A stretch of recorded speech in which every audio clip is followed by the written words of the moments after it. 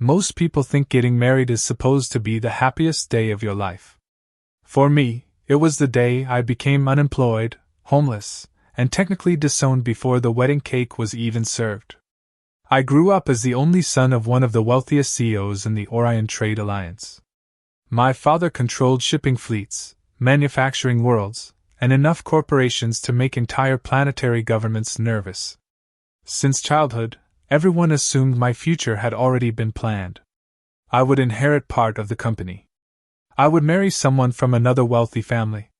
I would spend the rest of my life attending corporate galas and pretending quarterly reports were exciting. Then I met her. She came from a small agricultural colony near the outer systems. She wasn't rich. She wasn't politically connected. She didn't own a single corporation. What she did have was a sense of humor that could destroy my ego in under 30 seconds. Our first conversation lasted 4 hours. Our second lasted 6. By the third date, I was already imagining a future that didn't involve boardrooms or shareholders. Naturally, my father hated her. The moment he learned she wasn't from a powerful family, he treated the relationship like a temporary illness. "You'll come to your senses," he kept saying. I didn't. Every attempt to separate us only pushed us closer together. When I proposed, she laughed for a full minute before saying yes. Not because she didn't want to marry me.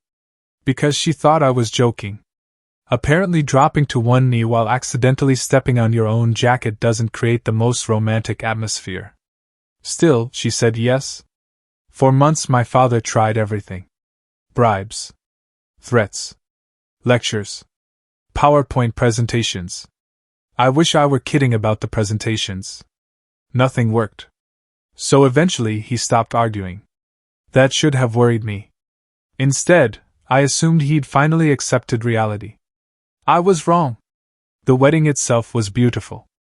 The ceremony took place beneath glowing crystal trees imported from her homeworld. Friends and family filled the venue. Music echoed through the gardens. For a few hours, everything felt perfect. Then my father stood up during the reception. Anyone who knew him recognized that expression immediately. The same expression he used before firing executives. The room became silent. He raised his glass. "I would like to congratulate the newlyweds," he announced. A few guests clapped nervously. Then he smiled. That was when I knew disaster was coming.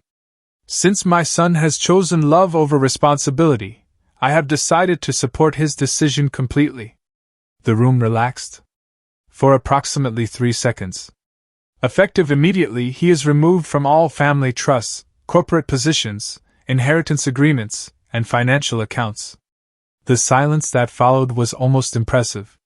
One guest actually dropped a fork. My father continued like he was reading quarterly earnings. "The apartment belongs to the company. The vehicles belong to the company. His executive access is revoked. He is now entirely independent." My new wife slowly turned toward me. "Did your father just fire you at our wedding?" "Technically, yes. That's honestly kind of impressive." Several guests looked horrified. One wealthy socialite grabbed her husband's arm and whispered, "Can they do that?" My wife overheard her. "I don't know," she said. "I've never attended a public execution before." I nearly laughed despite everything. My father clearly expected panic. Instead, she reached for my hand. That simple gesture mattered more than every credit I'd ever inherited. The reception continued awkwardly while rumors spread through the crowd. Some guests left early. Others avoided eye contact. A few looked at us like we had contracted a rare disease called poverty. By the end of the night, my father approached one final time. His voice lowered. "You'll be back within a month." I shook my head. "No. 2 months then." Still no. He glanced toward my wife. "This marriage won't survive real hardship." For the first time, she answered before I could. "Maybe," she said cheerfully. "But if it fails, at least we'll save money on anniversary gifts." I had never seen anyone confuse my father before. The expression on his face was worth every lost credit. A few hours later, we left the venue carrying only a handful of bags. No inheritance. No corporate title. No safety net. Just the two of us. As our transport disappeared into the city lights, I looked at the woman beside me and wondered if I'd made the biggest mistake of my life. She squeezed my hand and smiled. Strangely enough, for the first time in years, I felt completely free. The first week of being poor was educational. The second week was humiliating. By the third week, I was actively negotiating with household appliances. I had spent my entire life surrounded by assistants, automated systems, and services that handled every inconvenience before I even noticed it existed. Suddenly I found myself standing in a tiny apartment kitchen staring at a smoke detector that seemed personally offended by my cooking. "I followed the recipe exactly," I argued. My wife looked into the frying pan. "The recipe didn't say to burn it." I interpreted creatively. "That's not how food works." The apartment itself was smaller than my childhood bedroom. Every morning involved a complicated dance to avoid bumping into furniture. Every month involved carefully calculating expenses instead of casually buying things because they looked interesting. Oddly enough, I loved it. Not the budgeting part. That was terrible. But for the first time in my life, people weren't treating me like a future CEO. They treated me like a normal person. Even better, every challenge brought my wife and me closer together. We learned together. Failed together. Laughed together. One evening we sat on the apartment floor eating inexpensive takeout while reviewing our finances. The numbers weren't encouraging. My wife studied the budget and sighed dramatically. "We have enough money for food." "Good." "And rent." "Excellent." "And approximately 3 emergency noodles." "That seems low." "We'll have to be careful." I nodded seriously. Then we both burst out laughing. For some reason, life felt simpler than it ever had inside my father's empire. A few days later, my wife suggested visiting her grandmother. I had met the elderly woman only once during our engagement. She seemed sweet, quiet, polite. The sort of grandmother who baked desserts and worried if everyone was eating enough vegetables. I couldn't have been more wrong. We arrived at her small countryside home just before sunset. The 80-year-old alien greeted us warmly and immediately began feeding us enough food to supply a military outpost. As we ate, she asked about married life. Then she asked about our finances. Then she asked about my father. What followed was less a conversation and more an interrogation. "How many subsidiaries does he control?" I blinked. "Several hundred." "What percentage are logistics-based?" "I don't know." She frowned. "You should know." A few minutes later she was asking about supply chains, shipping contracts, executive turnover rates, and procurement systems. I looked at my wife. My wife looked back. Neither of us had any idea what was happening. Finally the grandmother folded her hands. "So your father publicly humiliated my granddaughter's husband?" The room suddenly felt colder. "Well, yes. And he expected your marriage to fail. Basically." She nodded slowly. "I see." For several long seconds nobody spoke. Then the elderly woman stood up and disappeared into another room. I assumed she needed tea. Instead she returned carrying several data tablets. She placed them on the table. The devices were old. The information stored inside them was not corporate records, business plans, acquisition reports, investment portfolios. My eyes widened. "What is all this?" "My career." I stared.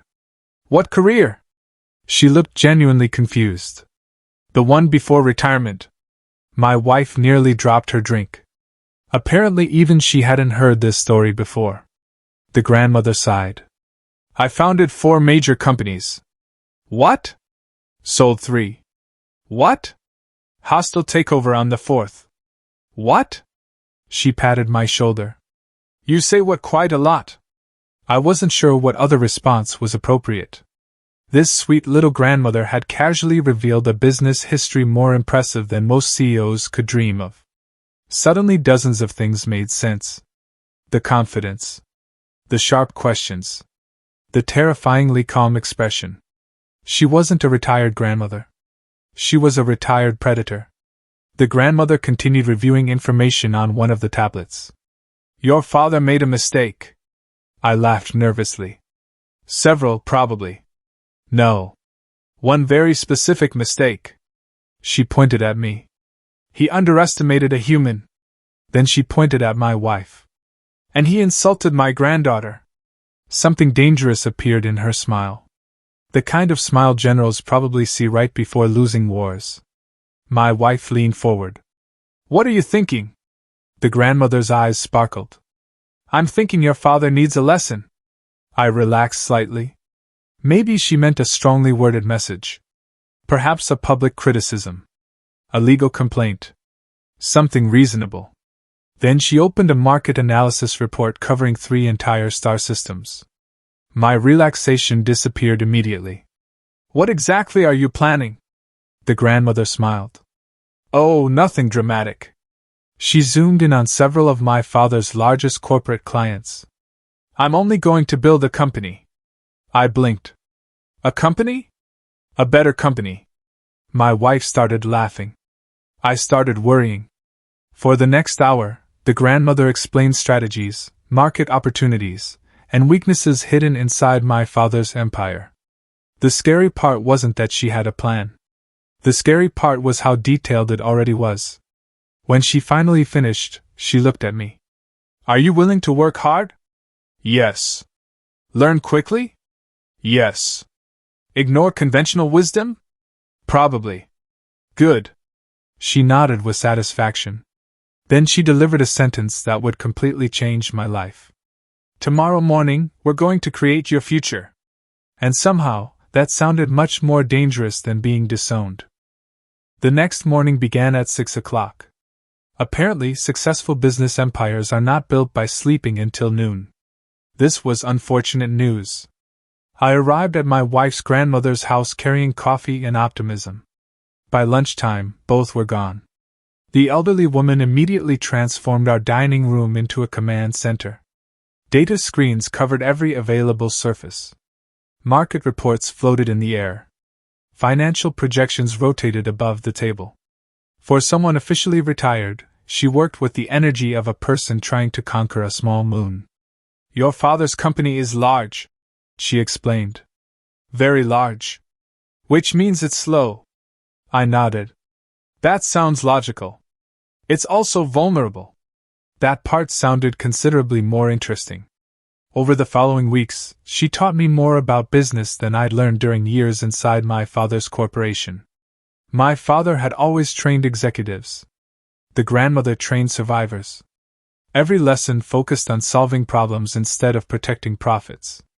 Every strategy emphasized adaptability. Whenever I proposed something complicated, she simplified it. Whenever I worried about tradition, she ignored it.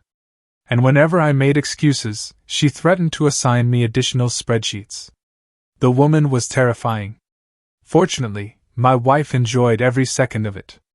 At night, the 3 of us would sit together reviewing plans while eating inexpensive meals. Sometimes my wife would rest her head on my shoulder while we worked. Those moments reminded me exactly why I had chosen this life. I had lost wealth. I had gained a partner. That felt like a fair trade. Within a month, we officially launched our company. Calling it an office required imagination. The building was small. The furniture was mismatched.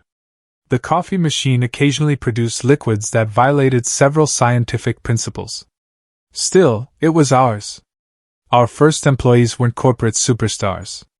They were talented people overlooked by larger companies. One former engineer. One logistics specialist. One accountant who openly described herself as professionally argumentative. The grandmother hired them all. When I questioned her choices, she shrugged. I don't need obedient employees. What do you need? People willing to tell you when you're wrong. The accountant immediately raised her hand. You are wrong about at least 3 things already. The grandmother smiled proudly. Excellent. Our first major contract arrived completely by accident. I was presenting a proposal to a potential client when a presentation screen malfunctioned. Half my prepared material disappeared. Instead of delivering a polished corporate speech, I spent 20 minutes honestly discussing how we would solve their problems. The client loved it. Apparently, sincerity was refreshing after decades of executive jargon. The contract wasn't huge, but it was enough. A week later, another followed. Then another. Then 3 more. The company began growing faster than anyone expected. Especially me. Every victory felt surreal. The engineer improved delivery systems. The accountant terrified competitors. The logistics specialist somehow knew everyone in the industry. And the grandmother quietly guided everything from behind the scenes. Whenever challenges appeared, she already had solutions. Whenever competitors attacked, she predicted their moves days in advance. I eventually stopped asking how. Some mysteries are safer unexplored. 2 months after launch, industry publications started noticing us. 3 months after launch, investors started calling. 4 months after launch, larger corporations began taking us seriously. That was also the moment my father finally noticed. At first he dismissed us. I knew because one of his former executives told me. Apparently his exact words had been, "My son is running a hobby, not a company." The grandmother laughed for nearly 10 minutes after hearing that. "Good," she said. "Good? I prefer arrogant opponents." The real surprise came when we reviewed our newest contracts. Several clients had previously worked with my father's corporation. Not all of them, but enough to attract attention.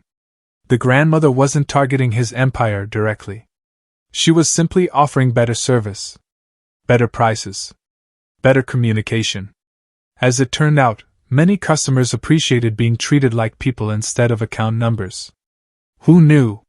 One evening, while reviewing financial reports, I noticed something strange. We had just secured another major client. One of my father's oldest. I stared at the numbers. Then I looked at my wife. Then at the grandmother. "Is it just me?" I asked. "Or are we stealing his customers?" The grandmother didn't even look up from her tablet. "Stealing implies they belong to him." That answer was somehow more intimidating than a direct confession. By the 5th month, our tiny startup had become one of the fastest-growing companies in the sector. Employees were joining every week. Revenue kept increasing. Industry analysts couldn't explain our success. The funny part was that neither could I. I simply worked hard, listened to smart people, and tried not to ruin everything. Meanwhile, my father grew increasingly obsessed with defeating us. He launched new marketing campaigns, reduced prices, offered incentives. Nothing seemed to work. Every move he made felt reactive. Every move we made felt deliberate. One night, as I locked up the office, my wife wrapped her arms around me and smiled. "Remember when we were worried about paying rent?" I laughed. "Remember when I nearly burned down the apartment making dinner? You nearly burned down the neighborhood." "That's a slight exaggeration." She kissed my cheek. Then we looked through the office windows at the growing company we had built together. For the first time, I realized something important. My father had spent years preparing me to inherit success. But losing everything had forced me to learn how to create it. And somewhere across the city, whether he realized it or not, he was about to face the most expensive mistake of his entire career. Exactly 6 months after my wedding, I found myself standing inside the largest business convention center in the sector. The irony wasn't lost on me. Half a year earlier, I had walked out of my wedding with a few bags and no inheritance. Now reporters were asking for interviews. Life is strange. The annual corporate summit was one of the biggest events in the industry. Executives, investors, analysts, and media representatives gathered from across multiple star systems. For decades, my father had been one of the event's biggest attractions. This year things were different. Everywhere I looked, people were talking about our company. Questions followed us through every hallway. Requests for meetings filled our schedule. Even the investors who had ignored us months earlier suddenly acted like lifelong friends. Apparently, success has a magical effect on memory. My wife found the whole situation hilarious. Remember when nobody returned our calls? I nodded. Now they're returning them before we make them. She laughed. Progress. The funniest part was watching my father realize what was happening. I spotted him across the convention floor surrounded by executives. For the first time in my life, he looked uncomfortable. Not because his company was failing. It was still enormous. Still powerful. Still profitable. The problem was that every major conversation eventually drifted back to us. Our growth. Our innovation. Our customer satisfaction. Our future plans. The startup he had dismissed as a hobby had become the headline of the event. The grandmother enjoyed every second. She spent most of the morning wandering around the convention center while carrying a cup of tea and quietly terrifying executives. Several people recognized her. That surprised me. Apparently her reputation hadn't disappeared during retirement. One investor actually turned pale when she introduced herself. After he hurried away, I asked what happened. She shrugged. I may have acquired his company once. Acquired? Hostile takeover. You say that like people say good morning. She smiled. It was a productive decade. By afternoon, the main conference hall was packed. Awards were being announced. Industry achievements were being celebrated. Then came the biggest surprise. Our company received recognition as one of the fastest-growing organizations in the sector. The audience applauded. Cameras flashed. My wife squeezed my hand. For a moment, I remembered our tiny apartment. The endless budgeting. The uncertainty. The fear. Every difficult day suddenly felt worthwhile. As we stepped off the stage, I heard a familiar voice. You've done well. I turned around. My father stood there. For several seconds neither of us spoke. This was the confrontation everyone expected. The dramatic showdown. The final argument. Instead, I felt strangely calm. 6 months earlier I would have desperately wanted his approval. Now I didn't need it. I heard you've been busy, I said. His expression tightened. You took several important clients. You mean the clients who voluntarily signed contracts? That answer didn't improve his mood. For the first time, I noticed something unexpected. He looked tired. Not defeated. Just tired. After a long silence, he shook his head. I thought you'd fail. I know. I was certain. I know. His gaze shifted toward my wife. Then toward the grandmother. The grandmother smiled politely. That somehow looked more threatening than open hostility. My father sighed. I don't understand how this happened. The grandmother answered before I could. That's because you were studying balance sheets. He frowned. What does that mean? It means you measured assets and ignored people. The old woman took a sip of tea. You saw a spoiled heir. She pointed toward me. I saw someone willing to learn. Then she pointed toward my wife. You saw a poor colony girl. My wife grinned. I am pretty poor. The grandmother ignored the interruption. I saw loyalty.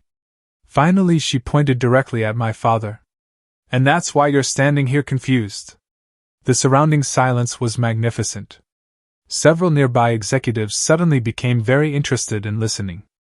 My father slowly looked around. The reporters.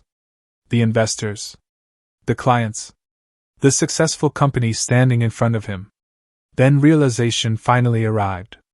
By trying to teach me a lesson, he had accidentally forced me to build my own future.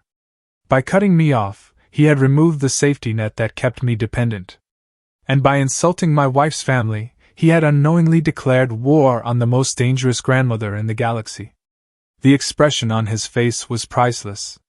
My wife nearly burst out laughing. To his credit, my father eventually smiled. A small one. But genuine. Perhaps, he admitted, I made a mistake. The grandmother nodded. Your first correct business decision all year.